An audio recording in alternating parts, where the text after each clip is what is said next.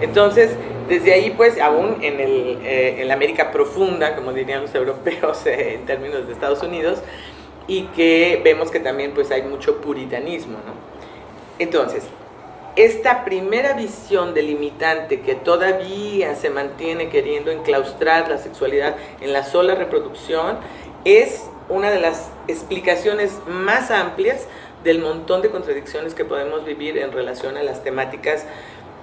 desde las cuestiones en comprensión de la libertad del aborto para las mujeres en ciertas situaciones, como está en el Distrito Federal, desde la expresión de las diversidades, desde los problemas de la homofobia, de todo lo que viene siendo también la discriminación, ¿verdad? La incomprensión y la cerrazón ante esta vasta diversidad de expresiones humanas de la sexualidad. Y ahorita sí me estoy también reduciendo un poquito a la genital, erótica, pero si estamos pensando también en lo que todo puede implicar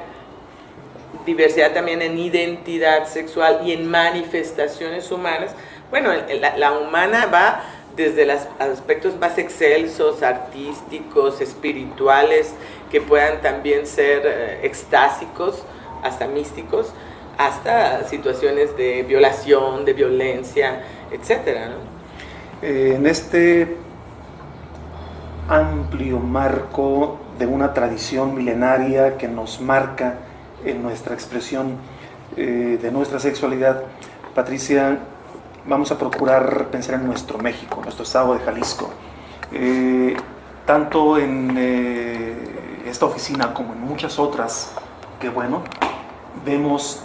este póster sobre un derecho que tienen las mujeres a exigir al Estado,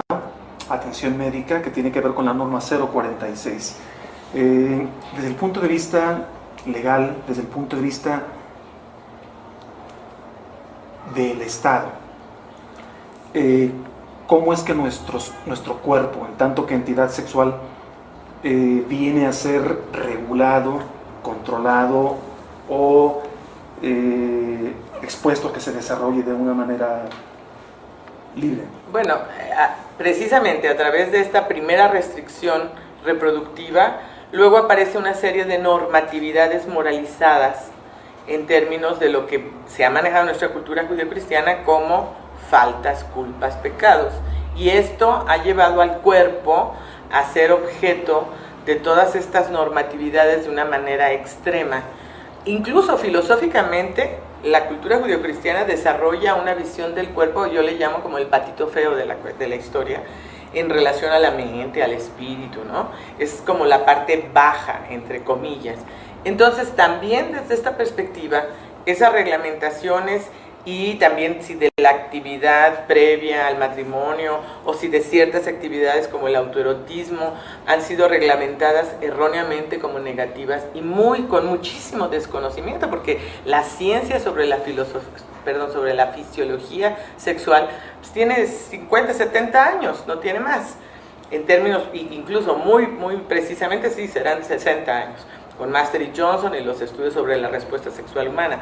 Pero desde la perspectiva de la conceptualización de el límite moralístico, entonces la relación con el cuerpo ha sido, fíjate bien cómo lo voy a decir, transgredida por esta cultura represiva que nos ha hecho no conocernos, tener vergüenza, el falso pudor en el sentido falso porque adquirido, inventado, en términos de pensar en los genitales como sucios, feos, desagradables, vergonzosos. La denominación médica, yo que soy médica, tiene como terminología los nervios pudendos del pudor, los nervios de la zona genital. Entonces, traemos pues cargando este bagaje negativo hacia el cuerpo que limita y reduce las posibilidades de que las personas, y en particular las mujeres, puedan desarrollar y florecer en su expresión de autoaceptación corporal, de autoaceptación de sus genitales, de autoconocimiento de sus capacidades sensoriales y placenteras, y con esto desarrollar una sexualidad, primero que nada, saludable. Hay muchísimas limitaciones que hacen las mujeres no tienen aprendizaje de saber que pueden, que tienen el derecho de desear, de sentir, de disfrutar, de tener placer. Y como lo aprenden durante los primeros 20 años de su vida, mínimo, si no 30, ahora que las chavas se casan más tarde, pues entonces cuando quieran abrirlo ya en una relación estable y con todas las bendiciones de iglesia y Estado, es muy difícil que se suceda. Y traemos una doble moral sexual también muy contradictoria.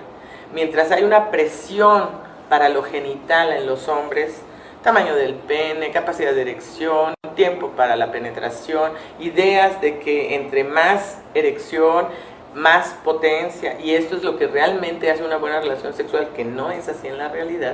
sobre todo con mujeres que no disfrutan la penetración porque no han sido preparadas para ello,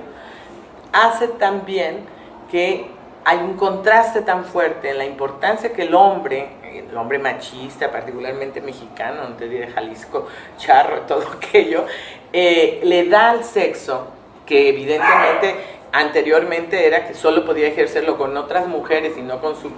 futura mujer, madre de sus hijos, y traemos cargando también estas contradicciones de la mujer virgen, madre virgen. Entonces, yo propongo que ustedes hagan una reflexión y imaginen cuántas veces se habrán permitido imaginar a su mamá teniendo relaciones sexuales con su papá, o si no tienen al papá, pues con alguna pareja. Es algo que no es fácil de manejar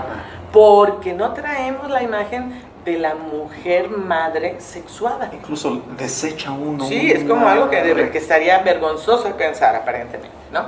Entonces, con esta contradicción, pues ¿qué se fabrican? Se fabrican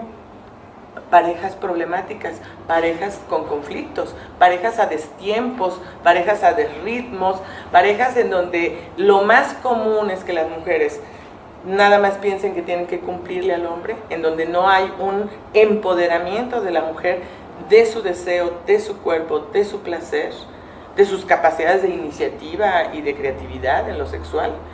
y de hombres que siguen viendo a la mujer como el objeto de deseo, el objeto sexual, pero que no saben tampoco establecer una conexión profunda, la mayoría, entre sexo y amor. Porque a los hombres se les enseña que una cosa es el sexo, otra el amor, y que es muy riesgoso esto del amor. Y a las mujeres al contrario, que si no hay amor no tiene sentido, etc.